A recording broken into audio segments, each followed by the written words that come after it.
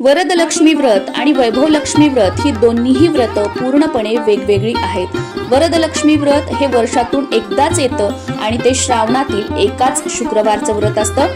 त्याच दिवशी संकल्प करायचा असतो, पूजा मांडणी करून विधिवत पूजा करायची असते आणि संध्याकाळी या व्रताचं उद्यापन सुद्धा करायचं असतं। वैभवलक्ष्मी व्रतामध्ये आपण जेव्हा कलश मांडतो तर त्यावेळेला त्या कलशात पाणी भरतो, पण या वरदलक्ष्मी व्रतामध्ये कलशात पाणी न भरता त्यामध्ये तांदूळ भरायचे असतात।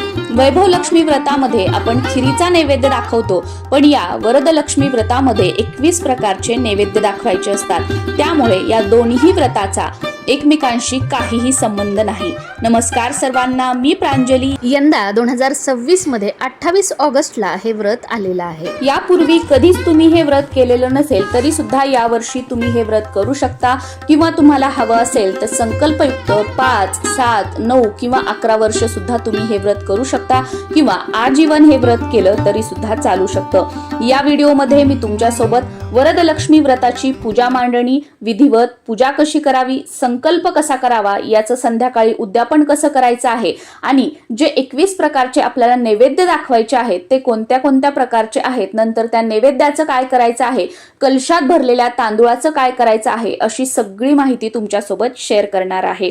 हे वरदलक्ष्मी व्रत तुम्ही कर्जमुक्तीसाठी, आपल्या घरामध्ये सुख शांती समृद्धी राहावी यासाठी, लक्ष्मी प्राप्तीसाठी, किंवा तुमच्या घरामध्ये जर सतत एखादी व्यक्ती आजारी पडत असेल तर आपलं कुटुंब, आपल्या कुटुंबातील मंडळी रोगमुक्त राहावीत यासाठी सुद्धा तुम्ही हे व्रत करू शकता। बऱ्याच ठिकाणी तुम्ही ऐकलेलं असेल, बरेच जण म्हणताना की आमच्याकडे कमाई तर चांगली आहे, पैसा वगैरे तर व्यवस्थित येतो, पण बरकतच नाहीये पैशाला। पैसा येण्याच्या अगोदरच तो कुठे कुठे खर्च करायचा आहे, कोणाकोणाला द्यायचा आहे याची लिस्ट आमच्याकडे तयार असते। म्हणजे काय की आमच्या घरात धनधान्याला बरकत नाहीये, तर प्रत्येक महिलेने आपल्या घरातील धनधान्याला बरकत राहावी यासाठी हे 1 दिवसाचं व्रत आवर्जून करावं। पूजा मांडणीसाठी एखादा चौरंग किंवा पाट मांडून घ्यायचा आहे, त्यावर लाल वस्त्र अंथरायचं आहे आणि त्यावर तुमच्याकडे अष्टलक्ष्मी मातेचा फोटो असेल तर तो ठेवायचा आहे, तो नसेल तर माता लक्ष्मीचा तुमच्याकडे जोही कोणता फोटो असेल तो ठेवायचा आहे। फोटोच नसेल तर अशा वेळेला तुमच्या देवघरामध्ये माता लक्ष्मीची मूर्ती असेल किंवा श्रीयंत्र असेल तर ते ठेवलं तरी सुद्धा चालतं। फोटो असेल तर भिंतीला टेकून ठेवायचा आणि श्रीयंत्र किंवा माता लक्ष्मीची मूर्ती असेल तर ती भिंतीला टेकून ठेवायची आहे।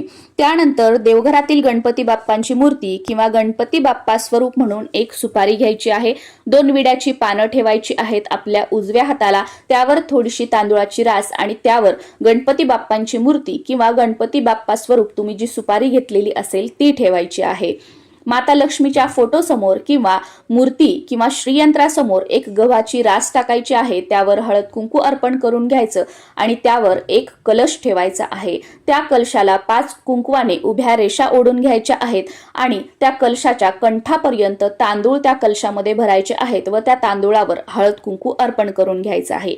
त्यानंतर एक तेलाचा दिवा, त्याचबरोबर एक तुपाचा दिवा सुद्धा आवर्जून घ्यायचा आहे। माता लक्ष्मीला सुगंध प्रिय आहे तर सुगंधित अगरबत्ती, सुवासिक धूप, गुलाबाची फुलं, मोगऱ्याचा गजरा मिळाला तर आवर्जून या पूजेमध्ये घ्यायचा आहे।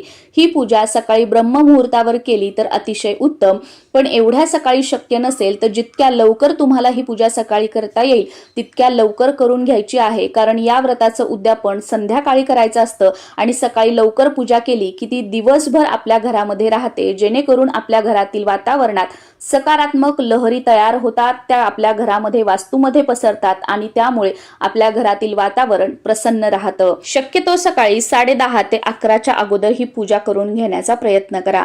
पूजा करण्यासाठी सुरुवातीला दीप प्रज्वलित करायचा आहे, दिव्यांचं पूजन करायचं आहे आणि त्यानंतर गणपती बाप्पा स्वरूप तुम्ही सुपारी घेतलेली असेल किंवा गणपती बाप्पांची मूर्ती घेतलेली असेल तर एक ताम्हण घेऊन त्याच्यामध्ये थोड्याशा अक्षदा ठेवायच्या, त्यावर ती गणपतीची मूर्ती किंवा ती सुपारी ठेवायची आहे। गणपती बाप्पांच्या मूर्तीवर गणपती अथर्व शीर्ष किंवा गणपती स्तोत्र म्हणून अभिषेक करायचा आहे। सुरुवातीला स्वच्छ पाण्याने, त्यानंतर पंचामृताने आणि परत स्वच्छ पाण्याने। अभिषेक करताना स्तोत्र म्हणायचं नसेल तर तुम्ही ओम गण गणपतये नमः हा मंत्र म्हणून अभिषेक केला तरी सुद्धा चालेल। अभिषेक झाल्यानंतर मूर्ती स्वच्छ पुसून घ्यायची आहे। त्यानंतर त्या विड्याच्या पानांवरती किंवा त्या प्लेटवरती ती मूर्ती किंवा ती गणपती स्वरूप सुपारी ठेवायची आहे.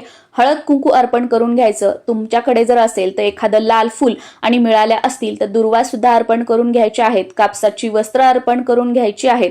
धूप दीप ओवाळून घ्यायचं आहे आणि त्यानंतर साखरेचा किंवा गुळ खोबऱ्याचा गणपती बाप्पांना नैवेद्य दाखवायचा आहे आणि आता पूजेला सुरुवात करायची आहे. मागचा जो माता लक्ष्मीचा तुमच्याकडे फोटो असेल तर तो स्वच्छ पुसून त्याला सुद्धा हळद कुंकू लावून घ्यायचं आहे. हार असेल तर तो अर्पण करायचा, गजरा असेल तर तो अर्पण करायचा आणि वस्त्रमाळ सुद्धा अर्पण करायची आहे. मूर्ती किंवा श्रीयंत्र असेल तर गणपतीचा अभिषेक झाल्यानंतर त्या माता लक्ष्मीच्या मूर्तीवर किंवा श्रीयंत्रावर सुद्धा तुम्हाला अभिषेक करायचा आहे. सुरुवातीला स्वच्छ पाण्याने, त्यानंतर दुधाने किंवा पंचामृताने आणि परत स्वच्छ पाण्याने. अभिषेक करताना तुम्ही श्री सुक्त म्हणू शकता किंवा माता लक्ष्मीचा जोही कोणता मंत्र तुम्हाला येत असेल तो म्हटला तरी सुद्धा चालेल. मंत्र तुम्हाला हवं असेल तर तुम्ही 108 वेळा म्हणून अभिषेक करू शकता किंवा 21 वेळा 51 वेळा मंत्र म्हणून सुद्धा तुम्ही अभिषेक करू शकता. श्री सुक्तम तुम्ही 1 वेळा म्हणून 11 वेळा, 7 वेळा, 9 वेळा किंवा 16 वेळा म्हणून सुद्धा अभिषेक करू शकता. त्यानंतर ते श्रीयंत्र किंवा ती मूर्ती स्वच्छ पुसून जागेवर ठेवायची आहे. माता लक्ष्मीला हळद कुंकू अर्पण करायचा आहे. गजरा मिळाला असेल तर तो अर्पण करायचा आहे. लाल फूल अर्पण करायचा आहे. वस्त्रमाळ अर्पण करायची आहे आणि जो तांदूळाने भरलेला कलश आपण ठेवलेला आहे त्यावर एक पाणीदार नारळ ठेवायचं आहे. हे नारळ पाण्याने भरलेलं असावं. हे आपल्याला कोणी ओटीत दिलेलं नसावं किंवा सत्कार समारंभात आपल्याला ते मिळालेलं नसावं. आपल्या स्वतःच्या पैशांनी आणलेलं नारळ यावर आपल्याला ठेवायचं आहे. नंतर या नारळाला हळद कुंकू अर्पण करून घ्यायचं. वस्त्रमाळ अर्पण करायची. गजरा असेल तर तो सुद्धा अर्पण करून घ्यायचा आहे. धूप दीप ओवाळून घ्यायचं आहे आणि त्यानंतर आता आपल्याला नैवेद्य दाखवायचे आहेत. नैवेद्य मी सुरुवातीला सांगितल्याप्रमाणे या व्रतामध्ये 21 असतात. या 21 प्रकारच्या नैवेद्यामध्ये तुम्ही ड्राय फ्रुट्स, गोड पदार्थ आणि फळं मिळून 21 नैवेद्य तयार करू शकता आणि त्याचा नैवेद्य दाखवू शकता.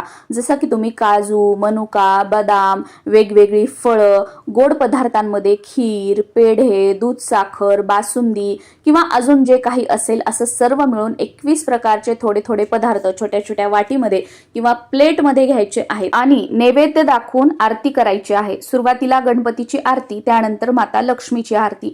वरदलक्ष्मी व्रताची आरती आपल्या चॅनलवर मी अपलोड केलेली आहे. विदाऊट म्युझिक आहे. ती ऐकून तुम्ही आरती करू शकता आणि त्यानंतर कहाणी वाचायची आहे. तुमच्याकडे पुस्तक असेल तर तुम्ही वाचू शकता आणि पुस्तक नसेल तर तुम्ही यूट्यूबवरती ऐकू शकता. कहाणी सुद्धा मी आपल्या चॅनलवर अपलोड केलेली आहे. या दोन्ही व्हिडिओजच्या, आरतीच्या आणि या कहाणीच्या लिंक्स ज्या आहेत त्या खाली डिस्क्रिप्शन मध्ये मी तुम्हाला देत आहे. या दिवशी उपवास सुद्धा करायचा असतो. उपवास दिवसभर करायचा आहे आणि संध्याकाळी उद्यापन झाल्यानंतर उपवास सोडायचा आहे. या उपवासाला तुम्ही फळं खाऊ शकता, ज्यूस घेऊ शकता, चहा, कॉफी, दूध सुद्धा घेऊ शकता. हवं असेल तर साबुदाणा किंवा भगर गोड बनवून तुम्ही खाऊ शकता, पण शक्यतो तिखट मिठाचा वापर करू नका. पण आपल्यापैकी बरेच जण असे आहेत की त्यांना डॉक्टरांनी उपवास करू नका असं सांगितलेलं आहे आणि त्यांचा हा उपवास करण्याची इच्छा आहे, हे व्रत करण्याची इच्छा आहे. तर अशा वेळेला तुम्ही औषध गोळ्या वगैरे सुरू असतील तर उपवासाचे तिखट पदार्थ खाऊ शकता, पण त्यामध्ये मीठ जे आहे ते तुम्ही उपवासाचं वापरा. ज्याला सेंदव मीठ म्हटलं जातं त्या मिठाचा वापर करा आणि तिखट मिठाचा जर फराळ करणार असाल तर फक्त एकच वेळा खा. ढेकर न येईपर्यंत खा. अर्धपोट थोडंसं खा. खाऊन खाऊन आपल्याला झोप येईल, अंगामध्ये आळस भरेल एवढे उपवासाचे पदार्थ जे आहेत ते शक्यतो खाऊ नका, कारण संध्याकाळी उद्यापनानंतर लगेच आपल्याला हा उपवास जो आहे तो सोडायचा आहे. उद्यापनासाठी 5, 7, 9 किंवा 11 सवाष्ण महिला बोलवायच्या आहेत. पूजा तर आपण सकाळीच केलेली आहे. संध्याकाळी फक्त धूप आणि दीप आपल्याला लावून घ्यायचं आहे. ज्या काही महिला आपल्या घरी येतील त्यांचं पाद्यपूजन म्हणजे त्यांचे पाय वगैरे स्वच्छ करायचे आहेत. त्यांना हळदी कुंकू लावायचं आहे. त्यांना बसण्यासाठी आसन द्यायचं आहे. त्यांना पिण्यासाठी तुम्ही चहा, कॉफी किंवा दूध देऊ शकता. तुम्हाला हवं असेल तर तुम्ही खीर बनवू शकता किंवा तुम्हाला जर हवं असेल तर तुम्ही अगदी जेवण सुद्धा बनवू शकता. वरण, भात, भाजी, पोळी, त्याच्यामध्ये एखादा गोड पदार्थ, स्पेशली खीर बनवायची आहे आणि या स्वयंपाकामध्ये कांदा लसूणचा वापर करायचा नाहीये. यापैकी जे शक्य असेल ते तुम्ही त्या सवाष्णींना खाण्यासाठी किंवा पिण्यासाठी देऊ शकता. त्यानंतर त्यांची ओटी भरायची आहे आणि त्या ओटीमध्ये एक एक फळ जे आहे ते आवर्जून द्यायचं आहे. या प्रकारे साध्या सोप्या पद्धतीने उद्यापन करायचं आहे. उद्यापन झाल्यानंतर रात्री उपवास सोडायचा आहे. उपवास सोडताना जो काही गोड पदार्थ आपण नैवेद्य दाखवल्यामध्ये असेल तो गोड पदार्थ अगोदर खायचा आणि त्यानंतर वरण भात भाजी पोळी खाऊन आपल्याला उपवास सोडायचा आहे। दुसऱ्या दिवशी सकाळी स्नान झाल्यानंतर उत्तर पूजा करायची आहे। उत्तर पूजा करण्यासाठी जिथे पूजा मांडणी केलेली आहे तिथे दिवा लावायचा। या पूजेवरती हळद कुंकू अर्पण करायचं। थोड्याशा उजव्या हातामध्ये अक्षता घ्यायच्या। पूजेदरम्यान काही चूकभूल झाली असेल तर त्याबद्दल क्षमा मागायची आणि माता लक्ष्मीला तू माझ्या घरामध्ये सदैव कायम स्थिर भगवान विष्णूंसोबत वास कर। तुझ्या आशीर्वादाने तुझ्या कृपेने माझं घर नेहमी धनधान्याने भरलेलं राहू दे। किंवा या व्यतिरिक्त अजून जे काही तुम्हाला माता लक्ष्मीकडे मागणं मागायचं असेल ते मागायचं आणि या अक्षदा या पूजेवरती आपल्याला अर्पण करायच्या आहेत आणि त्यानंतर मग ही पूजा उचलायची आहे। मूर्ती फोटो जे असतील ते जागची जाग्यावर ठेवायचे। दिवे वगैरे स्वच्छ करून आपण ते वापरू शकतो आणि सकाळी उत्तर पूजा करताना जो दिवा लावलेला आहे तो हाताने विझवायचा नाही किंवा शांत करायचा नाही। तो दिवा तसाच उचलायचा आणि देवघरासमोर किंवा तुळशीसमोर ठेवायचा आहे। जे कलशाखालचं आपलं धान्य आहे गहू ते साठवणीतल्या धान्यामध्ये टाकायचे आहेत। कलशामध्ये जे तांदूळ भरलेले आहेत तर त्यातले थोडेसे तांदूळ साठवणीच्या तांदूळामध्ये टाकायचे। थोडेसे तांदूळ त्या दिवशी भात बनवण्यासाठी आपल्याला वापरायचे आहेत आणि थोडेसे तांदूळ पक्ष्यांना टाकायचे। जो काही आपण भात बनवणार आहोत तो घरातील सर्वांनी खायचा आहे। म्हणजे अगदी मुठभर या तांब्यामधले तांदूळ घ्यायचे, त्याच्यामध्ये अजून दुसरे तांदूळ मिक्स करायचे आणि त्याचा भात बनवायचा। किंवा तुम्हाला जर तांदूळाची खीर वगैरे बनवायची असेल तर असा गोड पदार्थ बनवून सुद्धा त्या तांदळाचा तुम्ही खाऊ शकता। आणि जे काही फुलं हार असतील ते तुम्हाला निर्माल्यामध्ये टाकायचे आहेत। आय होप वरदलक्ष्मी व्रताबद्दल तुम्हाला संपूर्ण माहिती मिळालेली असेल। अतिशय साध्या सोप्या भाषेत कृतीसह मी हे दाखवण्याचा प्रयत्न केलेला आहे। तरी सुद्धा अजून काही प्रश्न असतील तर खाली कॉमेंटमध्ये तुम्ही विचारू शकता। नक्कीच त्याचं उत्तर देण्याचा प्रयत्न मी करेल। नमस्कार।